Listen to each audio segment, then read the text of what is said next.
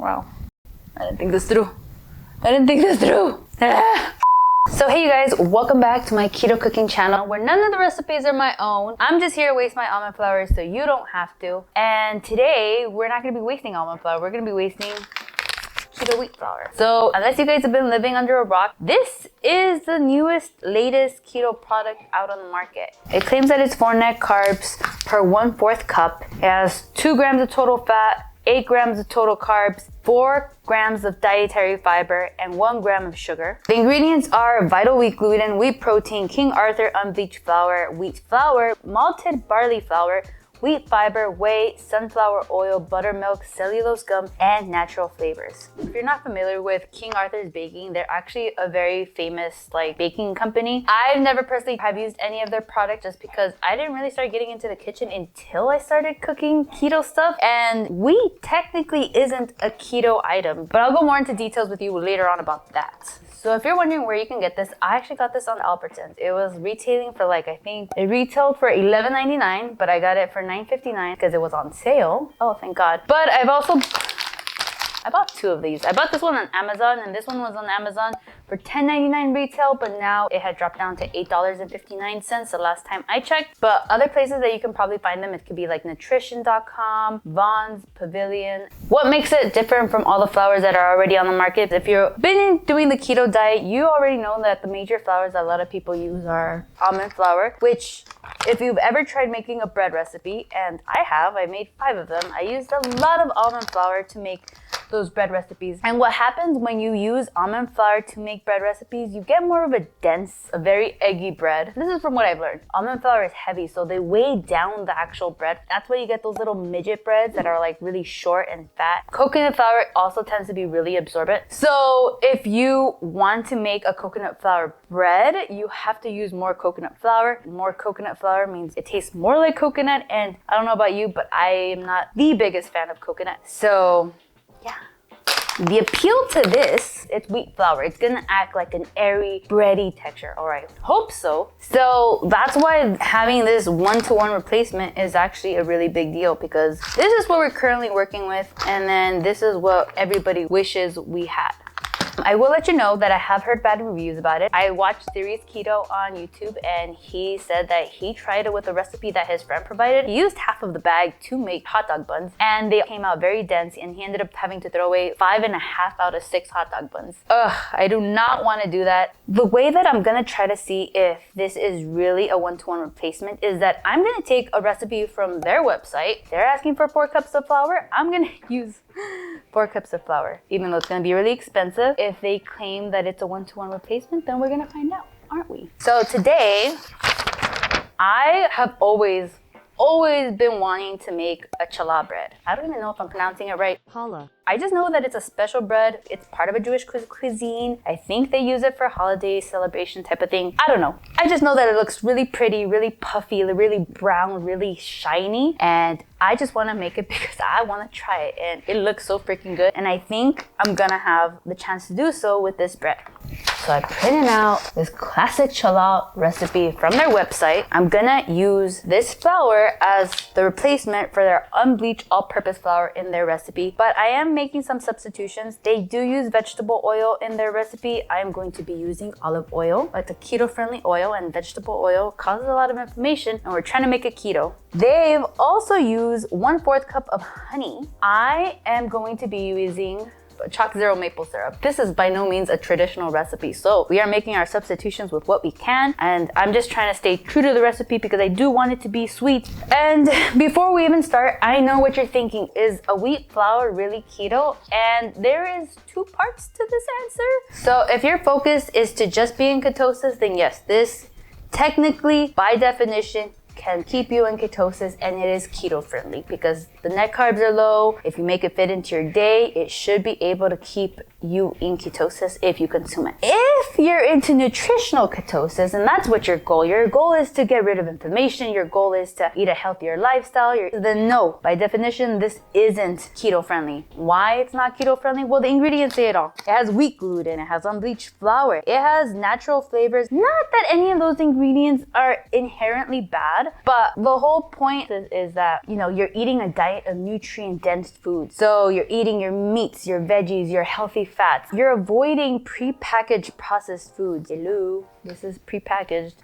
Because it's flour. Flour is, you know, you have to process flour in order to consume it. And it also has gluten, which also causes inflammation in certain people. And it's because you know that this is not considered a nutrient-dense food, which is fine. Not everything is going to be perfect. So what are my thoughts? My personal thoughts on this is that, well, I want to have fun. I want to make a bread I've never had before. I like testing out new products. Am I gonna buy this on a consistent basis so that I can make pizza, muffins, and bread? No, not really. I don't really make those on a daily basis. I make them for YouTube videos because they're fun and I want to share the results with you guys. But I know myself and I know that I'm more of an abstainer than a moderator. I cannot moderate to save my life. The point of this video is to actually see if this can really be used as a one-to-one replacement. And that's what we're gonna find out today. First step is supposed to be to make our dough. I noticed the main solution that King Arthur had to a lot of the people who were leaving bad reviews was to measure out their flour. A lot of the replies were like, it seemed like you may have used way too much flour. Next time, weigh it out. Well, I'm here weighing it out because we've all learned on this channel that weighing out your ingredients is the way to go, especially if you want the recipe to come out right, and I do. So they actually say to combine all the dough ingredients into one bowl, but I know better. I am gonna separate our wets and our dries just because I want to give this a fair shot, and I've learned a couple of things while making food on this channel, and one of them is to always make sure you do your wet and dry separately so that you don't get like a chunk of honey in one and like a chunk of egg in the other way, and that way it's all smooth and mixed in together correctly. So that's what I'm gonna do, even though the recipe doesn't say that you should do. I just know better. I hope I know better. Since we're gonna use this as a one-to-one replacement, that means we're gonna have to use 482 grams of King Arthur flour. This has 454 grams. So that's why I had to go out and buy this other bag in Albertsons, because I was like, well, I don't have enough. It looks a lot like flour. Oh, she is dusty. 482. All right, next we are gonna be using yeast. Yeast done, salt. So our dries are ready. I'll give it a little whiskey whisk. Oh, this looks so nice. All right, next we're gonna be working with our wets. I have my half cup of water, which they say it's supposed to be lukewarm. I don't even know what's considered lukewarm. Hey Google, what's lukewarm water? Some references say it is between 100 and 110 F. Thank you, Google. Okay, so I'm gonna put this cold ass water in the microwave. I'm gonna blast it for like 10 seconds. Okay, so it's gonna need a little bit more than 10 seconds. Aha! And I just realized right now that I am using half a cup of water when I have to go and add 2 tablespoons of water for every cup of flour that I'm using. So let me be right back. Okay. I got my water and we are at 110 degrees right now. While that kind of cools down and figures itself out, I'm going to be working out with the rest. The other wet ingredients are going to be 74 grams of vegetable oil. I'm really angry at my scale. King Arthur's going to be like, you just had a scale, that's why I messed up. Just kidding. Okay, so we're gonna do 74 grams of our olive oil. We're not using vegetable oils. We don't believe in canola oil in this household. No, we don't. All right, 74 grams, done. Get this out of my face. Okay, and then we're gonna use 85 grams of honey, but in this case, we're gonna be using Choc Zero maple syrup, because that's the closest thing I have to honey. And FYI, yes, I'm an affiliate with Choc Zero. Your Keto BF gets you 10% off. Just saying. Haha, we're at 100 degrees. I'm gonna do 85 grams of honey. Okay, but why didn't that come out to 85 grams though? Is it because my scale sucks? Okay, that's why. It's because I needed to do the scrapey scrape. Okay, so that did come out to 85 grams. So these are 2 large eggs at room temperature. 1 eggie. 2 eggies. We're gonna put our room temperature water. See, I wouldn't have wanted to mix this inside that already. It would have been a cloudy poof everywhere. The yolks wouldn't have been mixed in all the way through. Who wrote this recipe? We're gonna add our flour.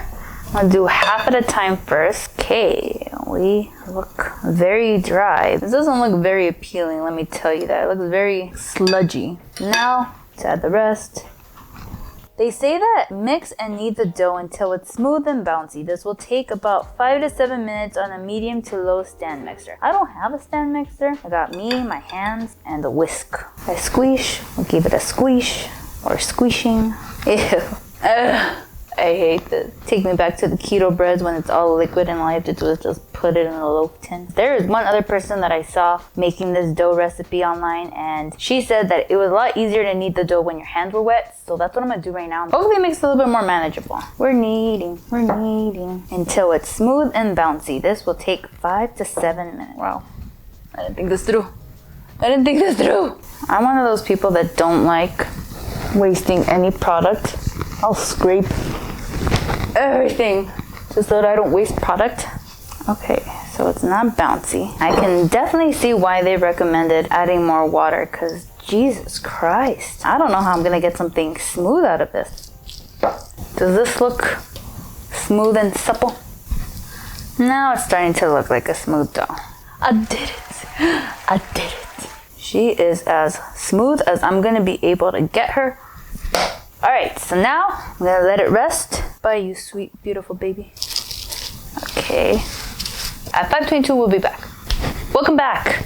2 hours later. Our bread, it's poofy. It's doubled up inside. Oh, it smells bad. It smells like gas. It definitely doubled up inside. Step 1, gently deflate the dough. So how do you gently deflate a dough? I normally see people punch it, and I kind of want to punch it. So I'm gonna be making a 4 braided one. Hopefully by cutting it like this, I'll get 4 even pieces and it'll make my life easier. I'm gonna grab ball number 1, ball number 2. You know, this is a lot easier to work with now. It looks like wheat. I'm so surprised that these are actually looking really good. Shape each piece into a rough 6-inch log. So I have to make them out to be like this long. So let's roll them out. So let's do 1. Come on, you little chub. 1 strand down. Look at me, Ma. I'm making bread. Our 4-strand braids here. Now it says cover the logs with lightly greased plastic wrap and let rest for 10 minutes. We are greased. Right now, I'm gonna roll this out into 15-inch logs, and then it's gonna rest for 10 minutes. So let's get to it. They're so puffy. I'm letting them rest. All right, so I know that we're supposed to start with pinching these together. This, they go like this. Okay, we're not lost yet. She says, grab this one. We're gonna take this strand up, which, how the hell am I gonna hold it up? I'm gonna have to lift this one up. Ah! I'm gonna put this one right here. So then I'm gonna grab this one. This one is supposed to go back over here. This is not gonna be easy. I've already figured that out. But I'm gonna put this under here, because maybe I can put this one right here, bring this one over here. Pretty sure I have to bring over here. This is not a pretty dough. I can already see it breaking. Okay, what if I undo what I did? We're gonna start again. Let me agitate the gluten. I don't know if that's what I'm doing, but I'm agitating something. I'm agitating myself. I'm gonna have this. This just looks very sad. This does not look good. Okay, this is what I'm gonna do. I'm gonna make mini ones because apparently there's too much dough.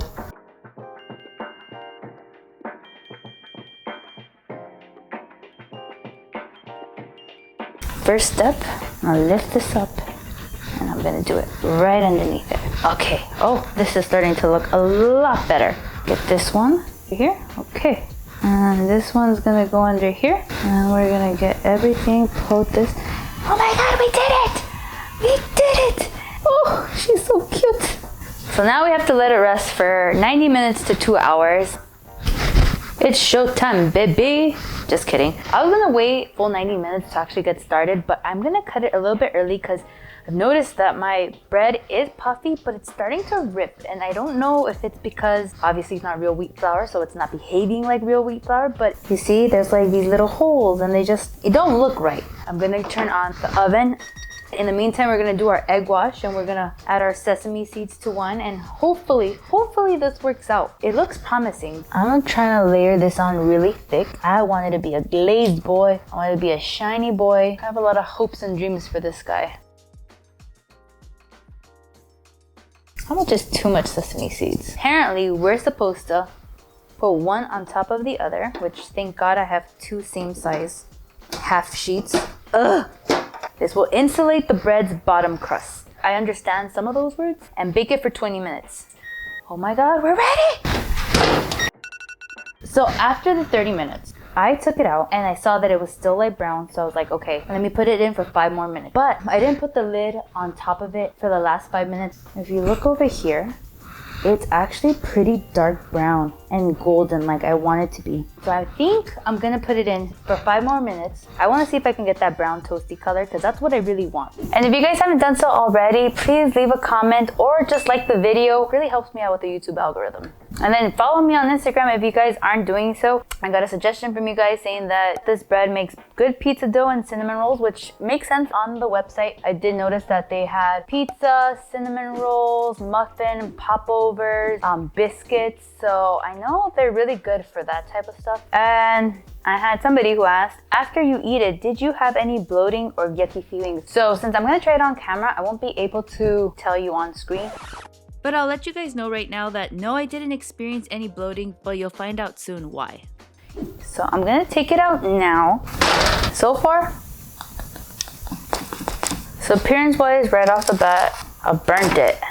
I think that's what I get for trying to brown it. I mean, it's not bad, it's something, but it's not what I wanted. And I think I may have overcooked it, but I'm gonna let it cool down. Things I've noticed, I don't have those very nice defined braids right here. The inside, it's still very flat. It's not very puffy. So it's still behaving like almond flour, which that's fine, but I paid for keto wheat flour. I feel like I've undercooked it because it does seem a little raw in the inside, but it does have a nice crumb.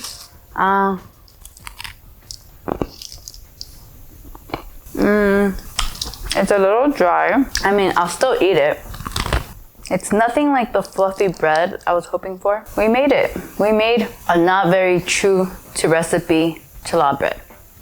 Do I think that this keto wheat flour really acts like a 1-for-1 replacement for all-purpose flour recipes? No. Clearly you can see it does not. It does look airy. It does have those little weak gluten pockets. The taste is okay, but will I make it again? No. Will I spend my money again? No. So full disclosure, I threw away that bread. It was way too dry and hard for me to actually enjoy it. I'm sure they work perfectly in recipes made specifically using that flour, but do not expect to be able to swap out and replace all-purpose flour in existing recipes. It will not work. It was highly ambitious for them to say so, but it will not work. So just stick to the recipes on their website using the flour, or look for recipes that are already using the flour and have been tried and tested out by your favorite blogger. That's all I have to say. Like, I'm forcing myself to eat this bread because I really want to like it. It's just lacking in so many departments. I need you to try it and tell me what you think. Well, let's see. Oh.